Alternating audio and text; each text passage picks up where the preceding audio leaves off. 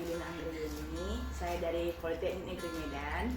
Nah, di sini saya ingin meminjam waktu sebentar. Nah, di sini kan kakak bergelut di bisnis apa? Bisnis Oriflame. Nah, di sini saya ingin bertanya tentang, sebenarnya kan kita juga udah tahu apa itu corona ya.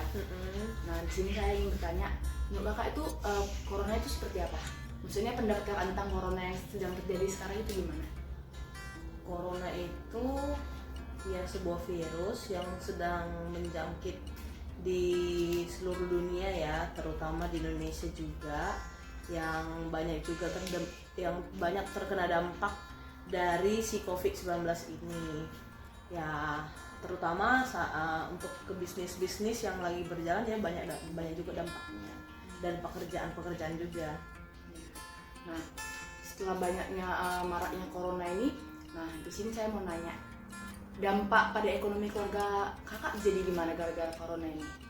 Kalau untuk perekonomian keluarga saya sendiri tidak terlalu berdampak ya, karena suami saya sendiri kan bekerja di perusahaan yang bergerak di distributor untuk barang-barang kelapa sawit, jadi emang nggak terlalu berpengaruh ya mas, dan memang sangat terbantu dengan bisnis yang saya jalani sekarang gitu kan. Kalau saya sendiri sih bagi pekerjaan saya sendiri berdampak sebenarnya, karena saya kan guru. Sebelum saya memulai bisnis ini memang saya udah jadi guru, cuman karena memang saya menjalani bisnis ini sudah setahun sebelum corona ini, jadi nggak berpengaruh sama penghasilan ekonomi keluarga kami gitu.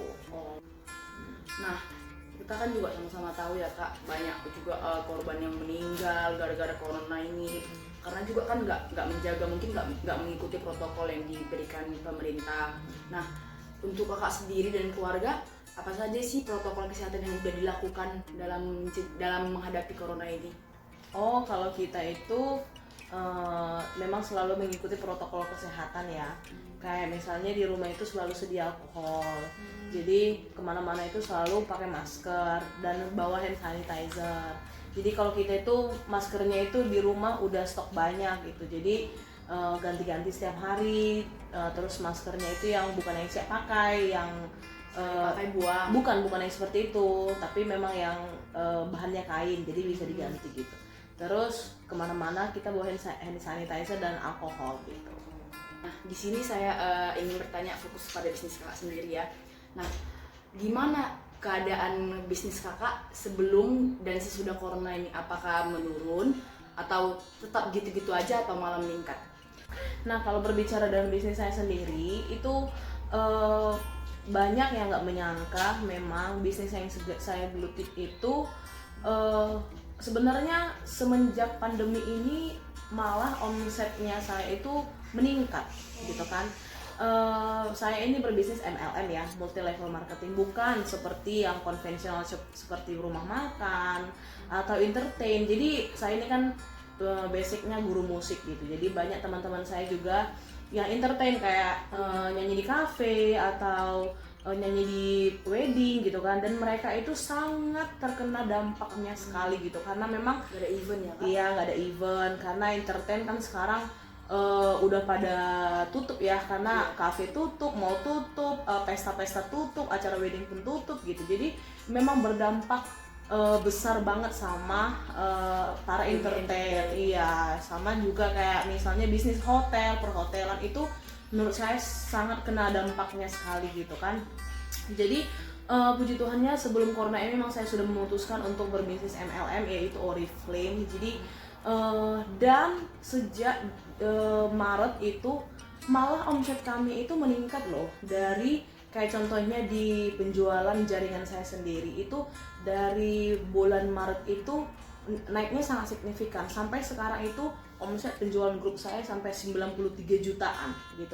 Padahal di bulan Maret itu hanya sekitar 40 sampai 50 juta gitu satu jaringan saya gitu. Jadi emang sangat meningkat di di masa-masa pandemi ini gitu. Jadi memang sangat bersyukur berada di bisnis MLM yaitu Oriflame, karena kami tidak tidak terlalu merasakan dampaknya. Mungkin ada beberapa teman yang kayak ya mungkin jualannya susah gitu kan, karena banyak orangnya yang dipecat atau dirumahkan. Jadi kalau contohnya kita nawarin barang atau nawarin produk itu banyak teman-teman yang nggak dulu lah beli, cuman karena memang sangat banyaknya orang yang di-cut, banyak yang dirumahkan, jadi banyak yang beralih ke bisnis kita gitu. Jadi karena dari dulu kan emang saya juga dulu bekerja sebagai guru gitu kan, jadi sebelum ada COVID ini memang kita udah yang bisnis MLM ini udah ngerjain